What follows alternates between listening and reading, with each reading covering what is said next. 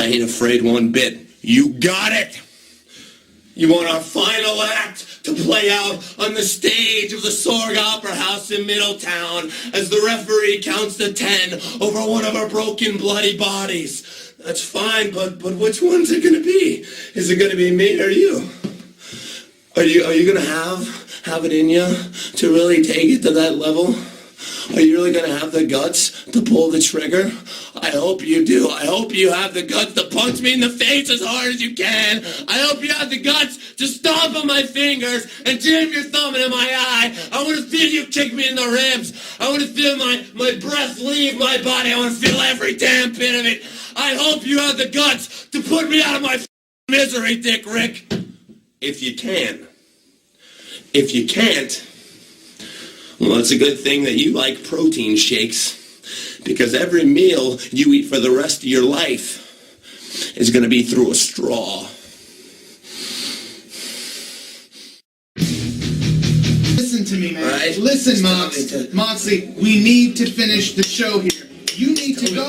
Would you stop? Need to go. Just shut your mouth once and for all right? I'm just sick of hearing the old... Saturday night, you'll have your shot. Take your paycheck and shove your paycheck up your... All right, Crystal Brain. All right. Moxley. I want him right now. I want to know where he is. I just want to know where he is. I just want to know where he is. You can have him on Saturday. I just want to know. I just want to know where he is. Oh. Ah.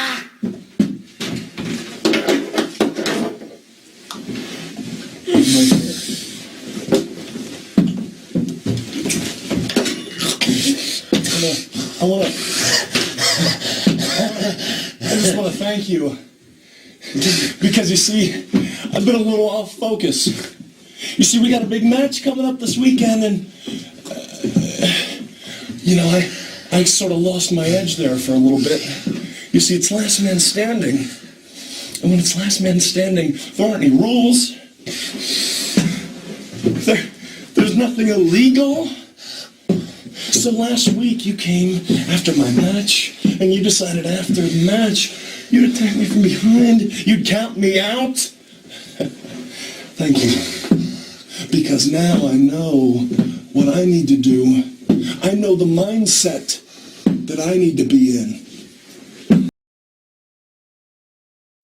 1, 2, 3. I pinned you. I pinned him. I pinned you right in the center of the ring, Jake Christ. And I don't give a damn. Because, as you know, that's how this sport works. On any given night, anybody, no matter how good they are, can beat anybody. It takes 3 seconds. Anybody can slip on a banana peel and lose a match. That's just wrestling. That's just wrestling. And you know that full well. But in July, me and you wrestled for the vacant title.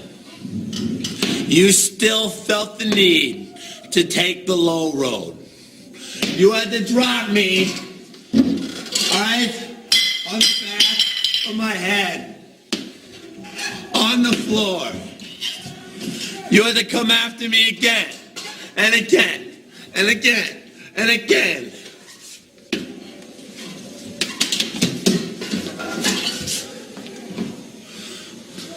You took it to another level.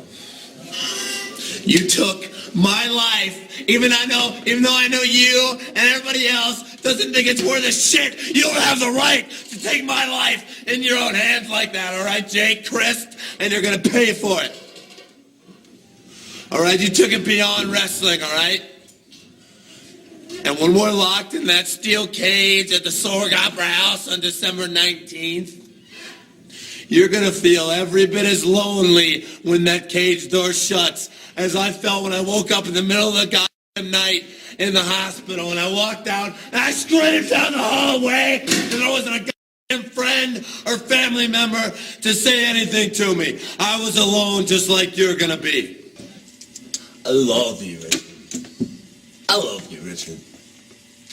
But I hate getting clotheslined in the head.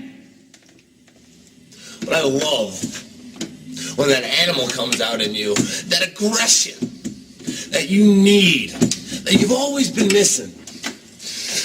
But I hate when I go unappreciated.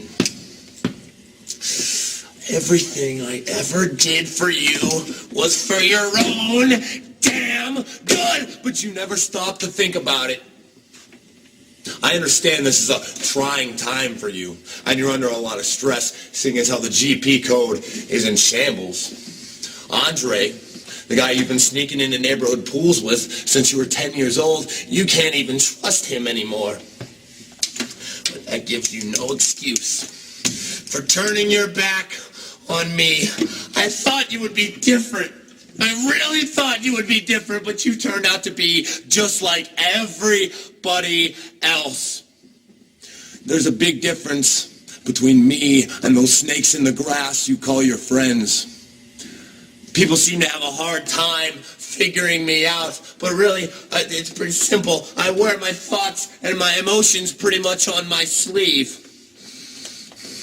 And you turned out to be like everybody else. You would rather be in the GP code and sit around and wait for those guys who just want to ride your coattails to the top, to use you up, to turn their backs on you so you can come crying back to me to tell me I was right. But I'm not going to listen because you turned out to be like everybody else. Am I even here? Am I invisible? Homicide? I mean, what? Well, I don't even want to go now. I don't even have a reason to go to New York. I mean, well, I thought we had a thing going on here. Trying to get USA debut in Manhattan. January 28th. It's a big night. And the favorite son, the notorious 187, isn't even going to be there. He's not even going to show up to defend his home turf. I'm insulted. What is that about? What could you possibly have to do? That's more important. A typical New Yorker. No backbone. I hate New York. And New Yorkers. I really do. I really do. I hate New York City. I hate every filthy street, every rat-infested subway, the endless beeping and the honking of horns, the head sticking out the window, the fist shaking. The Mets suck, no, the Yankees suck. I got news for you. They both suck. I come from Cincinnati, a beautiful place, a town that brought you Pete Rose and Jerry Springer. A place where the crime rate is high because that's the way we like it, where our cab drivers still speak English, a place where you can still get gasoline and cigarettes at a reasonable price. New Yorkers. And homicide used to be ruthless, fearless. Now, it's gone soft. Lost it. I don't know if you got a little too old, a little too injured. I guess maybe you spend enough time working in a sound stage at a friggin' amusement park. You lose your edge. You forget what it's like to fight for your life and your money out in the real world. I mean, a homicide of 7 or 8 years ago would laugh at you today. And even I think that's sad. You better find that edge quick. On January 30th at the Ace Arena, it's me and you. No rules, no restrictions. We will get personal, we will get violent, but I'm not worried at all. I'm not even sweating. This last time we were there, you had the chance to shut me up for good. I practically begged you. I'm like, take me out. Put me out of my freaking misery, and you didn't. And you couldn't. I used to think homicide was something special. But it turns out he's just like all the rest of them, from Brooklyn to Queens. Homicide is just another pussy. Irish, airborne, clap, clap, clap, clap, clap, they said. Let's go, Dave. Clap, clap, clap, clap, clap, they said. Let's go, Jake. Clap, clap, clap, they said. You know what they said when those Tiger Beat pretty boys got splattered across the canvas tonight? They didn't say a damn thing. Why am I the one who's dangerous? Dangerous? Me? Why am I the one who needs help? Help! I don't need help from anybody. I never have. And I never will. I like to go to bars and bang really ugly girls. I'm just a sick guy. I'm really a dirty guy. Because I really love feeling alive and just can't be hurt. I don't get tired. I never stop, and you're going to find that out the hard way, much like my dear boy, Sir William Regal.